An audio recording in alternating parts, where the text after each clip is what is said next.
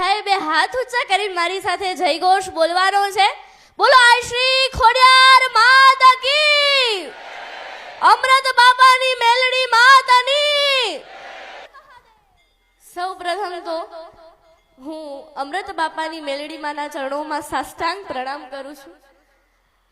આજે આ મંચ પરથી હું મારા વિચારો રજૂ કરીશ, હું મારી વાત રજૂ કરીશ, પણ એ પહેલા હું બાળ પુષ્પ આપ સમક્ષ માફી માંગુ છું કે મારાથી બોલવામાં કંઈ પણ નાની મોટી ભૂલચૂક થાય તો તમારી બાળ છું, તમારી દીકરી છું ને હંમેશા તમારા ચરણોમાં છું એમ માનીને મને માફ કરશો.